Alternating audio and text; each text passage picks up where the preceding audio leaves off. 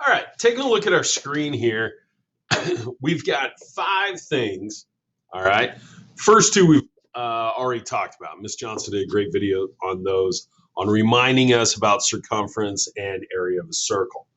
All right, but this is 8th grade, so it's all about volume of 3-dimensional figures that are based upon circles, which we have 3 of those. The big thing we need you guys to do, and this is one of your learning targets, recognize the difference from formula to formula, okay, and know what they attach to. So, at this point, you need to have these 5 things written down. If you need to pause it, go ahead. All right, what I'm going to do is I'm going to go through and I'm going to take a minute. I'm going to write in each of the formulas, and then I'm going to try to help you recognize some differences. So, we've got our first column here, the vocabulary. Let's add in a column of formulas. Okay, circumference, C equals pi times diameter.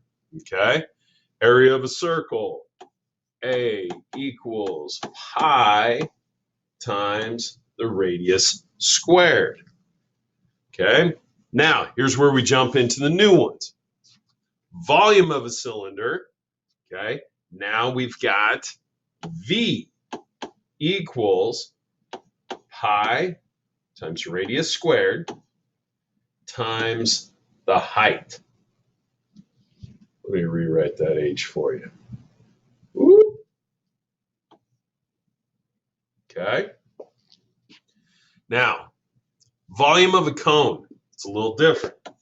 V equals 1/3 times the radius squared times the height. Oh, I forgot pi.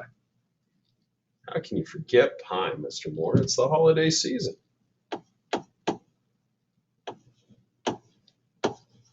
Okay.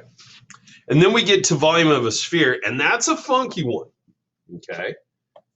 V equals 4/3 pi r to the 3rd power. Okay. So now, let's think about some distinguishing features between each of those. All right. If you look at the first couple, okay, and this is something we talk about, I'm going to go blue. Okay. We focus on there being a D in there. Okay. Area, pi r squared. Okay. Pi r squared.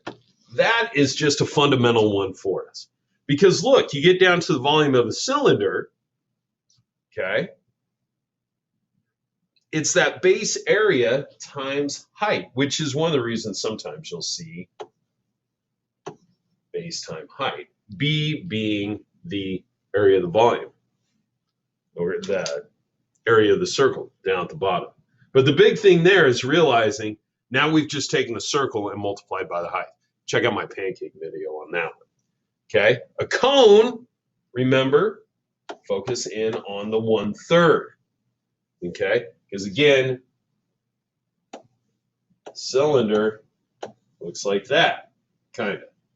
All right, a cone, boom. Look at all that space that we're missing. Thus, the 1/3. The sphere, on the other hand, it's got 2 things that distinguish it. It's got the 4/3, and it's also got the r to the 3rd power. Okay? So as you look through each of those, make sure you pay attention to what you're doing.